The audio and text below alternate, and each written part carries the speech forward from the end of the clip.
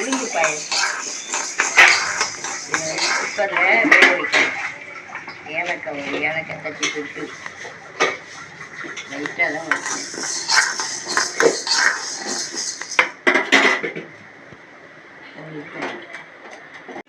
கடைஞ்சிட்டு ஏலக்காய் போட்டு நல்லா வாசமாக இருக்கும். இதுக்கு நாட்டு சர்க்கரை தான் போடணும். ஆனால் நான் இந்த வெள்ளை சர்க்கரைலாம் இருந்தது, அதில் போடுறேன். ஆனால் நல்லாயிருக்கும்.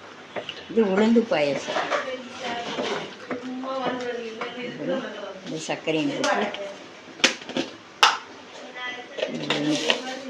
இப்போ 100 உளுந்து ஒரு 4 இந்த டீஸ்பூனில் போடணும்.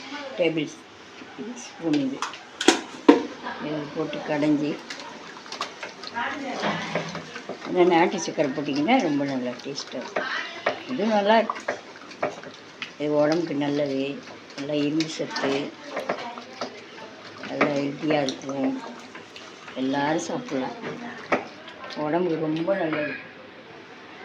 இது இந்த தண்ணி எடுத்து வச்சுருந்தா இது கொஞ்சம் அவிச்ச தண்ணி, இந்த தண்ணி மாதிரி இருந்தால் கொஞ்சம் நல்லாயிருக்கும். பாயசம் மாதிரி.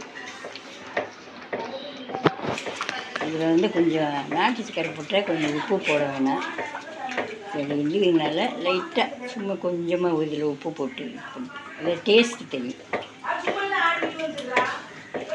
இதை செஞ்சு பாருங்கள், சாப்பிட்டு பாருங்கள், லைக் கொடுங்க.